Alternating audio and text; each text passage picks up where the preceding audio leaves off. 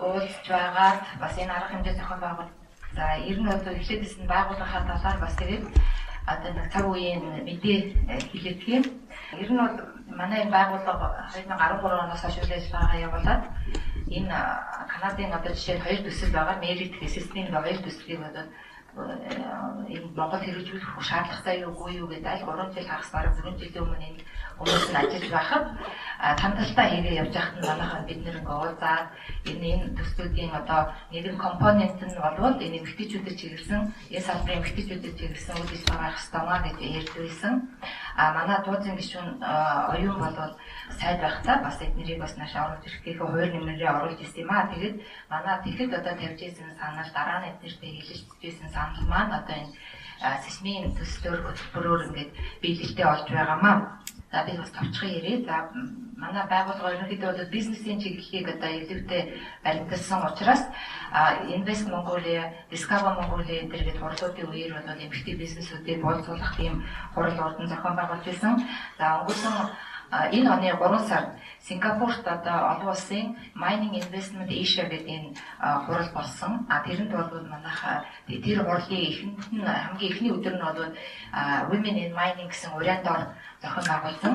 Тэр хурлын одоо хамтран зохион байгуулагчаар манай Монголын Women in Mining, тэгээ Филиппиний Women in Mining гэдэг уялд оролцуулсан. Тэр утгаараа бол энэ байгаа одоо энэ уул уурхайн салбарын компаниудын эмэгтэйчүүдийн одоо байр суурь хэмжээ өндөр байгаа.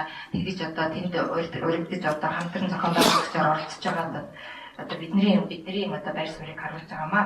Тэр бол ерөнхийдөө анхны Азад анхны тийм бизнес эмэгтэйчүүдийн уул уурхайн бизнес эмэгтэйчүүдийн уулзалт болсон. 2000 одоо энэ оны 18 оны 3 сард бас дахиад болно. Тэр нь та нар идэвхтэй оролцоорой. Энэ төрийн байгууллагын гэсэн манай энэ тэр уулзалт олон улсын хуралд бас одоо холбогдох төрийн байгууллагын хүмүүсийг оролцуулна үстэй бид нар бол яг аль хэвчлэр мэдээлэл явуулах юм аа. Эхэндээ идэвхтэй оролцоорой гэж үзэж байна. 12 сарын 1-ээс хойш бид нар ингэж яваа явуулна. Урилгуудаа явуулах юм. За бас тэгээ сүүлийн нэг саяхны мэдээ өгөхөд бол манай энэ байгууллага нь бол энэ одоо энэ олон орнуудын суулгах эмэгтэйчүүд гэдэг төрийн бас өөрийнхөө байгууллагатай эднэртэй бид нэр ингээд International Women in Mining гэдэг байдаг тэрний дор ингээд ажиллаж байгаа. Тэднэртэй манайх өөрсдөө бол энэ удаан хугацааны дадлагч хөтөлбөртэй байхгүй юу? Тэгээ ер нь тэр хөтөлбөрт өөрийнхөө залуу ажилтнуудаа хамруулъя энэ гэж байгаа бол бас манайд хандаж болно. Манай менежер бас тэмдвэ халуунуудын суудын манай вебсайт дээр оруулж гисэн биднээс хандаж болно.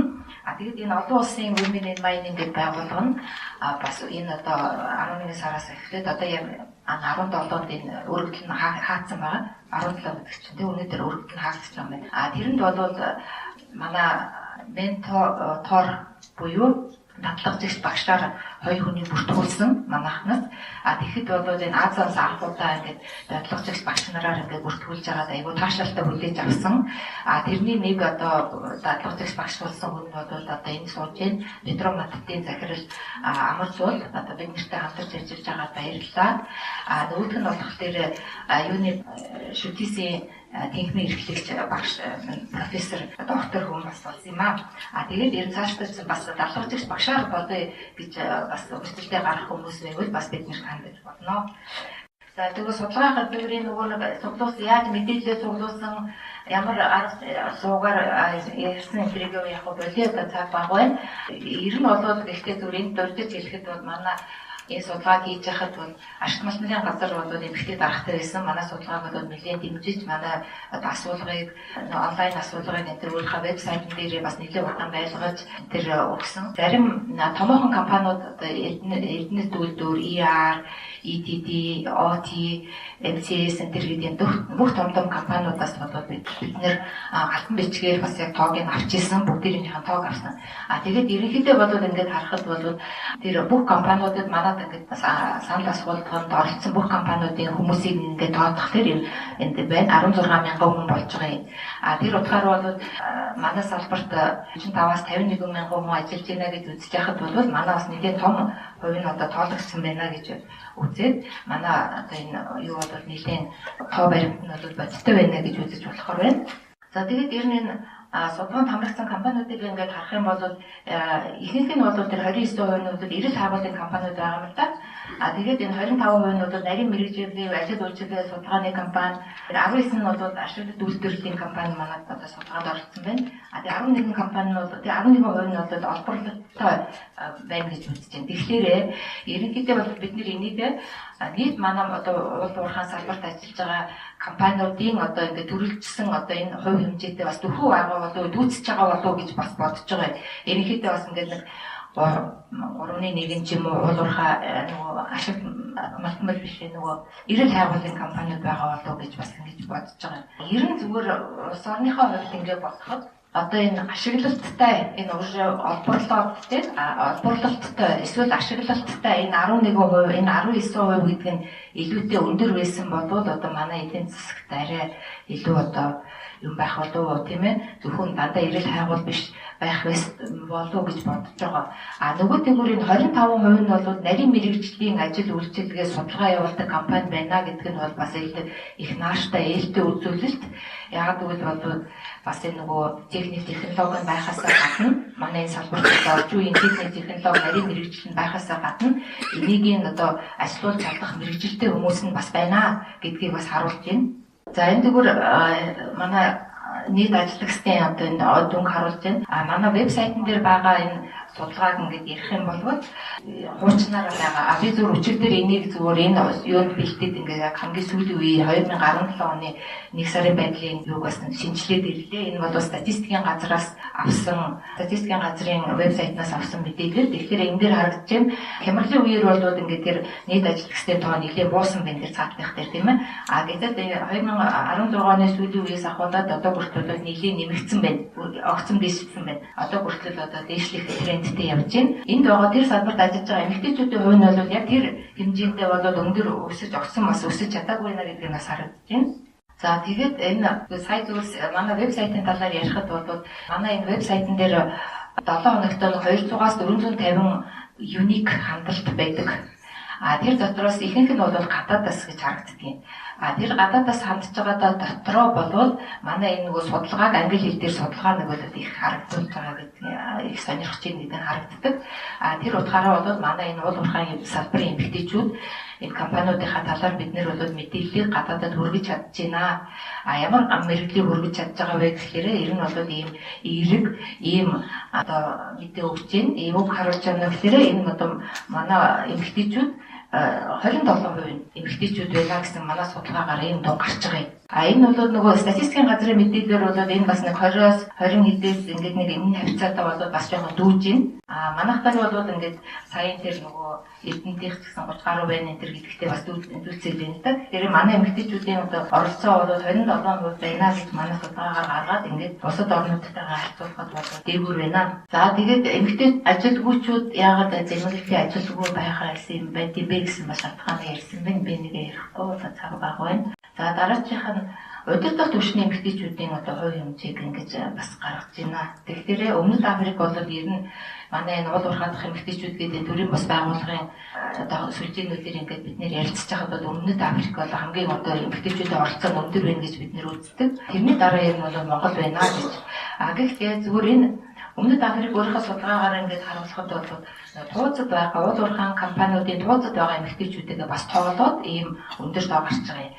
Бид нар бол зөвхөн одоо гүйцэтгэх түвшний одоо гүйцэтгэх захирал эсвэл кемпийн дарга тийм ээ эсвэл одоо төсвийн дарга гэдэг тийм одоо зөвхөн жишээ нь гэхэд маркетер бол цагаан суурга гэдэг төсөл байдаг тийм тэрний дарга гэдэг нь бол жишээ ярьж байна.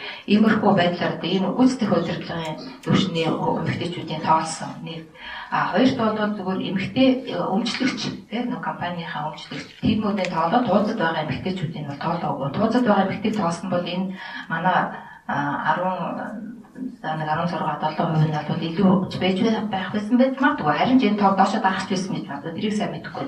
Ер нь бол зүгээр ингээ харж байхад хөдөө орон нутгийн дээр явж байхад бол өөрөө хэдэн урмын машинтай доороо нэг хэдэн эрэгтэйчүүд ажиллуулсан гүйцэтгэх захирал нь өөрөө эзэн нь эмэгтэй, ерөнхий биологч эмэгтэй энэ төр гэсэн эмэгтэйчүүд одоо бахармаар сайхан эмэгтэйчүүд одоо ажлаа хийгээ явж байна. Тэгээ байдаг тийм. За тэгээд цалингийн зөрүү.